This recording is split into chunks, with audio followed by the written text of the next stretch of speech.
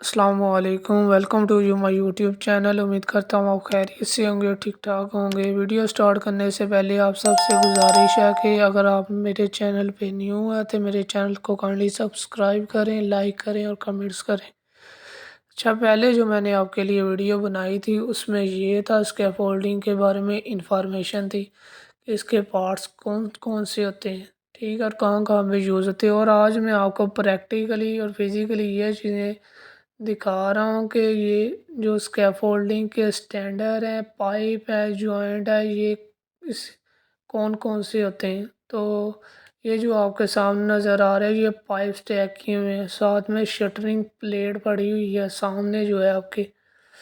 और इसके डिफरेंट जो मटेरियल आपको नज़र आ रहे हैं, जैसे ये शीट होगी, वुडन की शीट, ये वहाँ पे बेस प्लेट पे लगती है। ये लैडर है, लैडर के साथ ये बेस प्लेट जो आपको मैंने पहले वीडियो में दिखाई थी आयरन की, जहाँ मुख्तलिफ़ जगह पे मुख्तलिफ़ किस्म की इस्तेमाल होती है, जहाँ पे ज़मीन के सरफेस को देखा जाता है ना।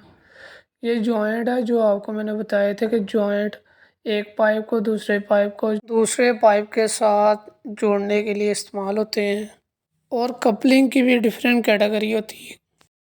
ये भी शटरिंग प्लेट्स हैं जो आपने एक छत वगैरह बनाने थे। जो प्लैंक्स की आपको मैंने वो कही थी, ये आपके सामने प्लैंक्स का एक प्लेटफॉर्म बना हुआ है, ठीक है, बंदा जिसके ऊपर बंदा स्टैंड होके ऊपर काम करता है, छत वगैरह का काम हो ना। और ये स्टैंडर्ड और साथ में ये लेडर है। टी में सबसे ज़्यादा रिस्क जो प्लेटफॉर्म होता है वो कंस्ट्रक्शन एरिया होता है, और यहाँ पे चोट लगना मामूली सी बात होती है, सही है। तो इसलिए आपके सामने ये मैंने पिक्चर लोगों जो लगाई हुई है, ये आपके इंफॉर्मेशन के लिए। अगर आप हदायत के मुताबिक काम करेंगे तो आप ठीक रहेंगे, अदरवाइज़ अगर आप सेफ्टी को बाईपास करेंगे तो जैसा इस शख्स की कंडीशन है वैसे आपकी भी हो सकती है।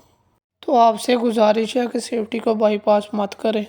हूँ आपको ये वीडियो पसंद आई हो तो काइंडली लाइक करें, शेयर करें और अपने दोस्तों को भी इस चीज़ के बारे में बताएं। जज़ाकल्लाह।